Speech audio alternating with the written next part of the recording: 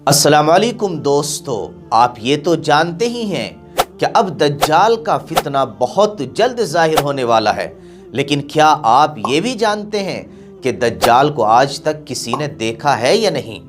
آج میں آپ کو ان صحابی کے بارے میں بتانے جا رہا ہوں جنہوں نے دجال کو خود اپنی نظروں سے دیکھا ہے۔ جی ہاں، یہ بالکل سچی بات ہے، اور جو حدیث آج میں آپ کو سنانے جا رہا ہوں وہ مسلم شریف میں موجود ہے۔ اس حدیث سے آپ کو بہت کچھ جاننے کو ملے گا، اس لیے یہ حدیث آخر تک ضرور سنیں۔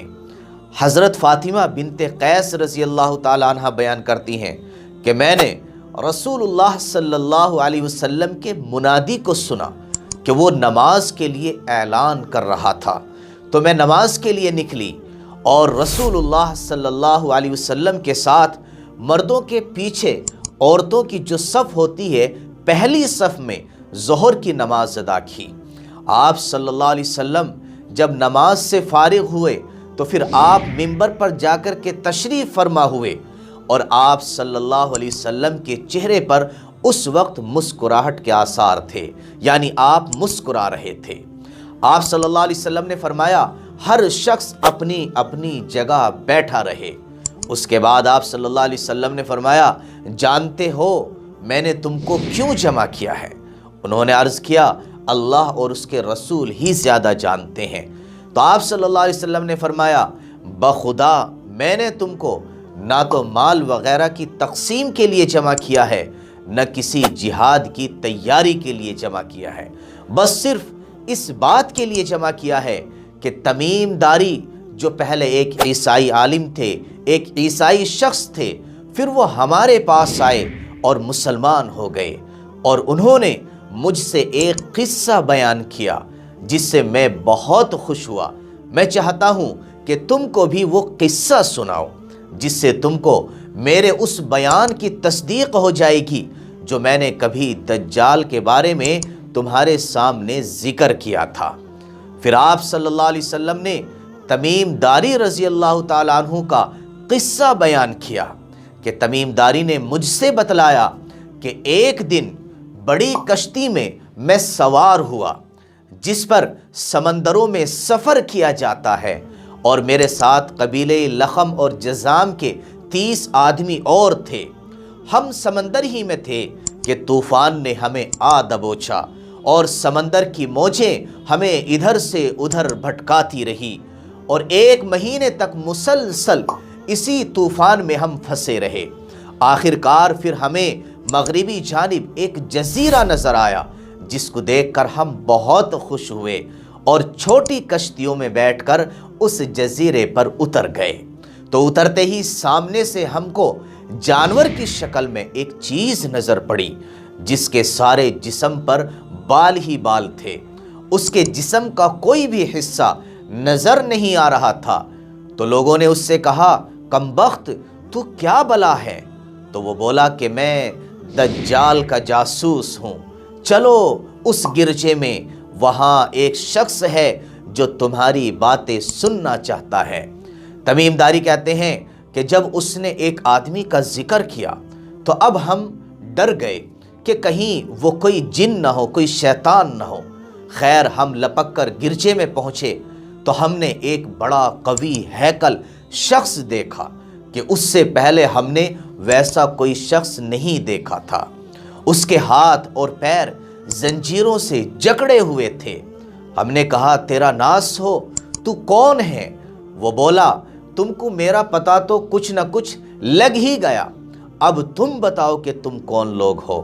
تو ہم نے کہا کہ ہم عرب کے باشندے ہیں، ہم ایک بڑی کشتی میں سفر کر رہے تھے، سمندر میں طوفان آیا اور 1 مہینے تک رہا، اس کے بعد ہم اس جزیرے میں آئے تو یہاں ہم نے ایک جانور پر ہماری نظر پڑی جس کے تمام جسم پر بال ہی بال تھے۔ اس نے کہا کہ میں جاسوس ہوں، چلو اس شخص کی طرف جو اس گرجے میں پہلے سے موجود ہے، اس لیے ہم جلدی جلدی تیرے پاس آ گئے۔ تو دجال نے کہا کہ مجھے یہ بتاؤ کہ بیسان جو شام کی ایک بستی کا نام ہے، اس کی کھجوروں میں پھل آتا ہے یا نہیں آتا؟ ہم نے کہا ہاں آتا ہے۔ اس نے کہا وہ وقت قریب ہے جب اس میں پھل آنے بند ہو جائیں گے۔ پھر اس نے پوچھا اچھا بحیرہ طبریہ جو سمندر ہے اس کے متعلق کچھ بتاؤ، اس میں پانی ہے یا نہیں ہے؟ ہم نے کہا بہت پانی ہے۔ تو اس نے کہا وہ زمانہ قریب ہے جب اس میں پانی نہیں رہے گا۔ پھر اس نے پوچھا زغر جو شام میں ایک بستی کا نام ہے اس کے چشمے کے متعلق کچھ خبر دو، اس میں پانی ہے یا نہیں، اور اس بستی والے اپنے کھیتوں کو اس کا پانی دیتے ہیں یا نہیں؟ ہم نے کہا اس میں بھی بہت پانی ہے اور بستی والے اسی کے پانی سے اپنے کھیتوں کو سیراب بھی کرتے ہیں۔ پھر اس نے کہا اچھا اس نبی کا کچھ حال سناؤ جو امی ہے۔ ہم نے کہا وہ مکہ سے ہجرت کر کے مدینہ تشریف لے آئے ہیں۔ پھر اس نے پوچھا کیا عرب کے لوگوں نے ان کے ساتھ جنگ کی ہے، لڑائی لڑی ہے؟ ہم نے کہا ہاں کی ہیں۔ اس نے پوچھا اچھا پھر کیا نتیجہ رہا، کیا رزلٹ رہا؟ ہم نے بتایا کہ وہ اپنے آس پاس کے علاقوں پر تو غالب آ چکے ہیں اور لوگ ان کی اطاعت قبول کر چکے ہیں۔ اس نے کہا سن لو ان کے حق میں یہی بہتر تھا کہ ان کی اطاعت کر لیں۔ اور اب میں تم کو اپنے بارے میں بتاتا ہوں، میں مسیح دجال ہوں اور وہ وقت قریب ہے جب مجھ کو یہاں سے باہر نکلنے کی اجازت مل جائے گی۔ میں باہر نکل کر تمام زمین میں گھوم جاؤں گا اور 40 دن کے اندر اندر کوئی بستی ایسی نہیں رہ جائے گی جس میں میں داخل نہیں ہوں گا سوائے مکہ اور طیبہ کے، کہ ان دونوں جگہوں میں میرا داخلہ منع ہے۔ اگر میں ان دونوں میں سے کسی بھی بستی میں داخل ہونے کا ارادہ کروں گا تو ایک فرشتہ ہاتھ میں ننگی تلوار لیے سامنے آ کر مجھے داخل ہونے سے روک دے گا، اور ان مقامات کے جتنے بھی راستے ہیں ان سب پر فرشتے ہوں گے جو ان کی حفاظت کر رہے ہوں گے۔ حضرت فاطمہ بنت قیس رضی اللہ تعالیٰ عنہ کہتی ہیں کہ رسول اللہ صلی اللہ علیہ وسلم نے اپنی لکڑی اپنا عصا منبر پر مار کر فرمایا کہ وہ طیبہ یہی مدینہ ہے۔ یہ جملہ 3 مرتبہ آپ نے فرمایا۔